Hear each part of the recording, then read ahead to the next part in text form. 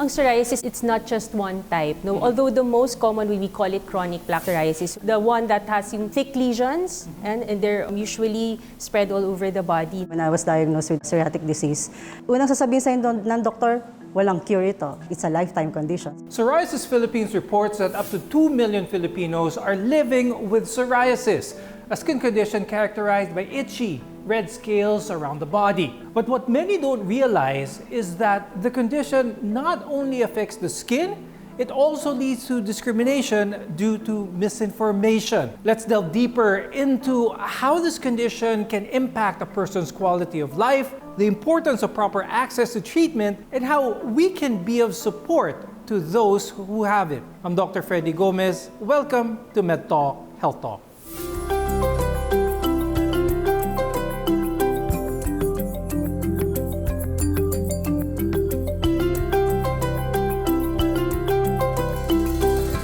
To explain more about the autoimmune disorder psoriasis, let's welcome to the show Dr. Lily Lyra Lynn Tumalad, who's a PDS certified dermatologist from East Avenue Medical Center and Rizal Medical Center. We're also joined by Ms. Emilu Casanova, who is the co-founder and general secretary of Psoriasis Philippines. Very important topic itong psoriasis, especially giving the right information sa ating mga viewers. So let's start it off. I'll start off with Doc Lyra. Tell us what exactly is psoriasis and common ba ito sa mga Filipinos? Psoriasis is a common skin disorder. And usually, yung manifestation would be red, thick, and itchy, scaly lesions, or we call it plaques, no? that are usually visible any part of the body of a patient.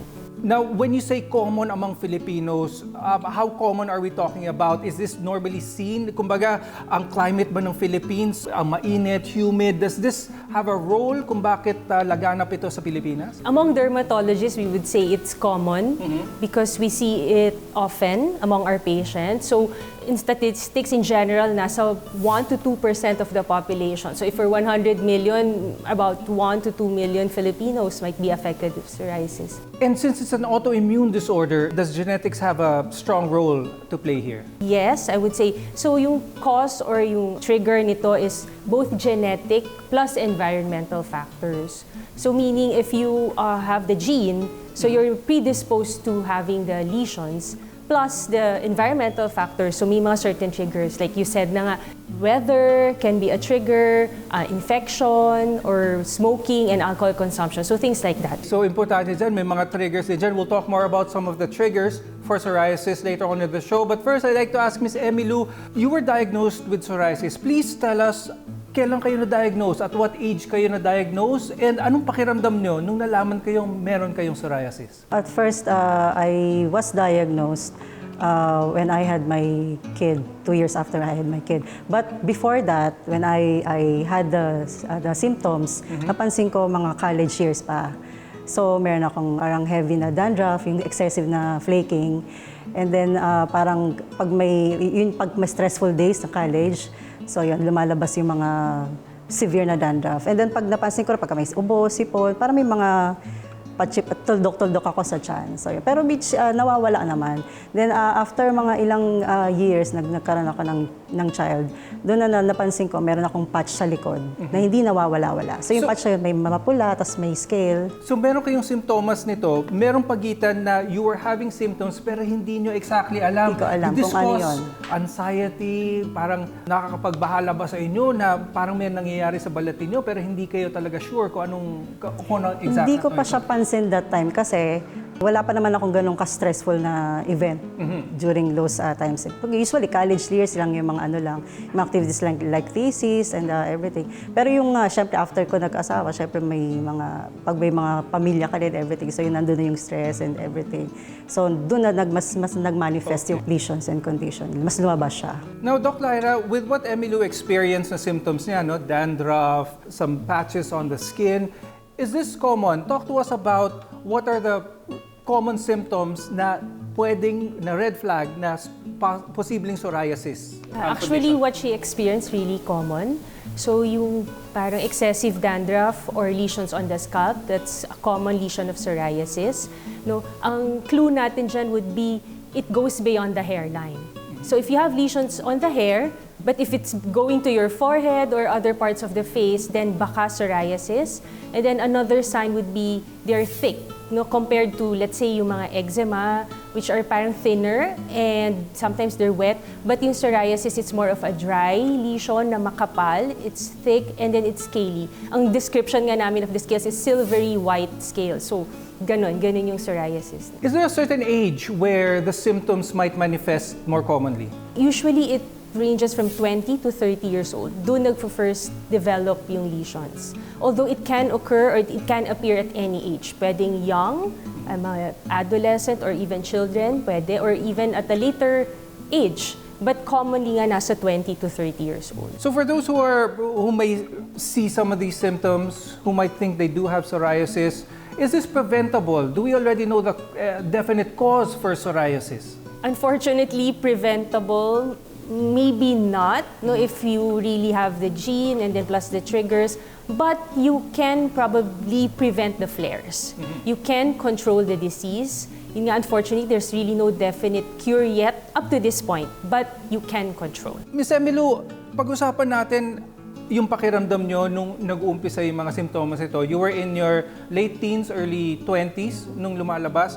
Was there any impact sa mga tao, sa paglabas nyo? Mas bihira ba kayong, kumbaga, hindi nyo gustong lumabas dahil sa mga nararamdaman nyo sa balat ninyo? Yung lesions ko kasi, I noticed na parang nag-evolve kasi siya eh.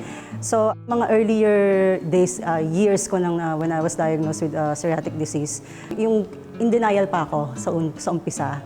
Kasi parang, why me? Diba? Why me? Ang dami kong pangarap, ang dami kong gustong gawin, pero bakit ito yung kaagad naging sakit ko? Kasi unang sasabihin sa'yo ng doktor, walang cure ito. It's a lifetime condition. So parang, masyaka, bakit? Ganon kaagad yung reaction mo. So ang initial reaction ko is bagtago, and then I isolate myself. Yung parang naging routine ko lang is bahay, trabaho, ganon lang. So I avoid people, I avoid socials. Kasi ayoko mapag-usapan, ayokong pandirian. Kasi, syempre, it manifests in the skin eh. So, talagang kitang-kita sa balat. So, ganun yung naging umpisa ko. And then later on, syempre, I had do my research and everything. Ayun yung pag-uusapan natin later on, the importance of having a community or having a source or accessibility to the right kind of information, especially when it comes to psoriasis. So that's what we will be talking about when MedTalk Health Talk returns. Stay tuned.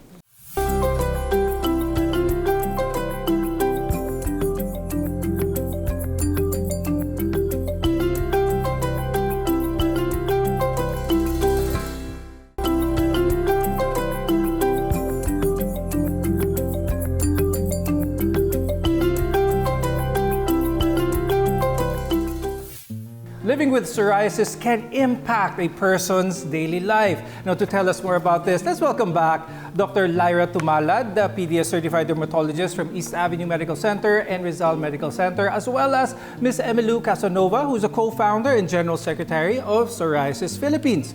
Now, continuing our conversation, we left off with how psoriasis may have an impact on the quality of life. Talk to us a little bit about that, Ms. Emilu. Ano? Did your quality of life change? Paano ito nagbago nung na-diagnose kayo na merong psoriasis? Yung psoriasis ko kasi parang it's evolving eh, no? So yung mga first year ko parang wala pa akong acceptance noon. So I choose to hide, I choose to isolate myself from everybody. But later on, as nag-evolve pa rin yung condition ko, na-diagnose ako with other condition like itong generalized pustular psoriasis, which is a rare type of the psoriatic disease. So that one, mas grabe pa yung condition ko. Pero that time when I had the generalized pustular psoriasis, meron na akong grupo. That's what I'd like to ask Doc Lyra. When it comes to psoriasis, marami bang klase ito? Anong importance ito? Please explain to us briefly. And nagbabago ba ang treatment? Depende sa klase ng psoriasis meron ng isang tao. Ang psoriasis, it's not just one type. No? Although the most common, we call it chronic plaque psoriasis, the one that has yung thick lesions, and they're usually spread all over the body, no? So yun yung most common. But yun nga, as mentioned by Ma'am Emilu, there's also the generalized pustular psoriasis. So ito yung parang mga nana na maliliit na type. And meron din tayong mas severe yung erythrodermic psoriasis, which magiging mapula yung patient all over. So these more severe cases, the treatment would be more of systemic na, no, rather than just yung mga pahid or topical. So yes, the answer is yes. It also varies depending on the type of psoriasis. Earlier, Emilu mentioned how some of the symptoms na naramdaman niya early on ng psoriasis niya was brought about because of may stressful event na nangyari sa time niya na yun, ano? Is this a usual trigger? Are there other triggers that may bring about psoriasis in a person? Yes, actually, a lot of our patients would say that, no, when we ask for triggers, sasabihin nila we're stressed. And siguro there's really some basis, although we need evidence nga, no, yung sabi natin. But a lot of patients say that. But yung mga talagang associated triggers would be yun nga, sinabi ko, smoking, alcohol consumption can trigger flares, infection, no, as mentioned by Ma'am, can trigger flares, trauma, let's say severe sunburn, so pwedeng magkaroon ng or injury, to the skin. Sometimes may patients na pregnant, no, and then after their delivery, they would say doon nag-flare lalo yung psoriasis nila. No? And may mga medications that can also cause flares. Speaking of flares, Ms. Emilu, talk to us about what it's like for you when you are in flare. When you have lesions on your skin that can be seen, what is it like when you go outside, go to the mall, nag-grocery kayo? What is it like with other people?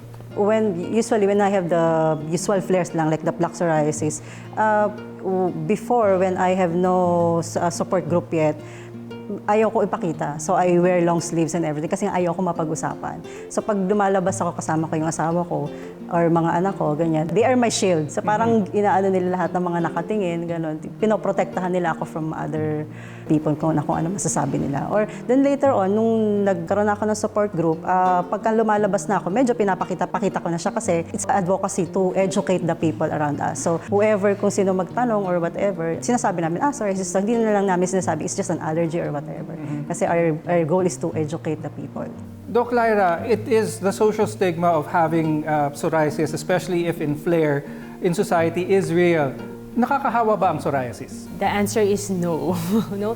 So it's not infectious, so hindi siya nakakahawa. Kahit hinawakan, kahit nadaplisan ng isang tao Kahit may psoriasis. yakapin mo, Kahit yakapin mo isang tao may psoriasis, may chance ba akong mahawa? The answer is no. Hindi siya nakakahawa. So that's very important to know, and especially the information, the correct information with people. Now, one of the more common skin conditions that is misdiagnosed or confused by especially those who may see it is eczema. Talk to us briefly about what eczema is, why is it napagkakamalang psoriasis, and are some of the treatments for eczema applicable for psoriasis? So eczema is actually it's an immune-mediated skin condition din, no? So may mga discoveries na rin today na it's related to the immune cells, just like psoriasis, although it's a different kind of immune cells as compared to psoriasis. So like I mentioned earlier, yung eczema lesions would be a little bit thinner, and usually they're oozing or wet, no? Yun yung common manifestation compared to psoriasis, which is more thick, red, and then very thick yung scales. No? So that's the difference. And then with regards to treatment, siguro I would say yung emollients, we call it emollients, or yung moisturizers would be there as mainstay. Now, Ms. Emilu, since you were diagnosed with psoriasis, you were able to talk to specialists in psoriasis, even start a society, a community for those with psoriasis. How well have you managed flares, the lesions on your skin? It seems to me, looking at you now, you look really good today. How are you today compared to when you first were diagnosed with psoriasis? The first time I was diagnosed with psoriatic disease, talagang super down ako kasi I don't know what to do eh. Hindi ko alam kung paano ko i-manage. After I saw a dermatologist, then they taught me how to do the medication, to apply the medication and everything. So it's important na kailangan mong talaga mag-consult with a specialist para ma-manage at ma-rotate yung mga medicines na kailangan mong i-take. Always consult with your dermatologist and do not self-medicate. Kasi pag nag-self-medicate ka, it may worsen your condition in the long run eh. I agree with that. And that's what we'll be talking about after the break. What are the treatments for psoriasis and how your quality of life can be much better if you are properly diagnosed and properly managed. when Med Talk Health Talk returns, so stay tuned.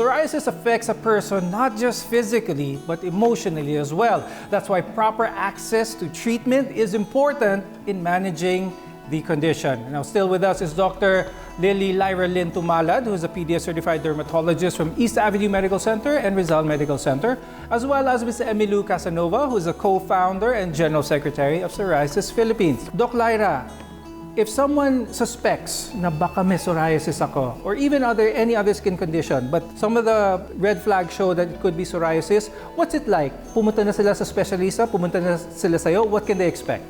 So we diagnose psoriasis based on clinical manifestations. So if you go to a PDS certified dermatologist, we would know when we see the lesions because we know how to differentiate. So when we see the lesions and we diagnose psoriasis, we work up the patient because there are a lot of comorbidities that go with the disease. So hindi lang siya skin.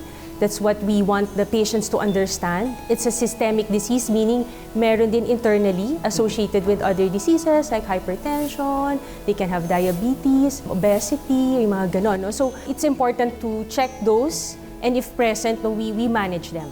Now, Ms. Emilu, how has Psoriasis Philippines changed the landscape of those with psoriasis? In the early years, nag-umpisa lang kasi kami as 5 people. Nung earlier years ko na I was diagnosed, desperate ako maghanap ng kausap or whatever na meron din ito. So I joined international groups online. So that time, may isang tao na nag-email doon, who among you is a Filipino or whatever. Sumagot lang ako sa kanya. Tapos doon na nag-start yung journey namin with Psoriasis Philippines. So establish namin siya, and then ngayon na nga 18 years na kami, and then we have a lot of activities going on. So yun nga, yung support group namin, ina-accept namin kahit may kakilala ka lang na may sources of family member na may psoriatic disease.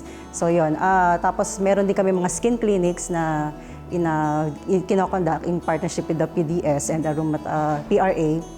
Tapos yun, hindi lang psoriatic disease ang kinakater namin, but also other skin conditions. Oh, okay. So it's not just for that psoriasis. So this society, the Psoriasis Philippines, has definitely increased the awareness of not just psoriasis, but has been a community for those with the condition and improve their quality of life as well. It's a safe space for them kasi dun sa group namin, dun sila nag-event, na flare-up ako and everything, nagpapadala sila ng pictures and everything. And then pag may nakita kami na malala yung condition, then we rescue the patient. That's another program namin dun sa group. No matter what type of psoriasis, the Philippines, specialists like you, have a way to manage and control the flares. We have the topical medications here in the Philippines, so that ranges from topical steroids to the vitamin D analogs, they might say.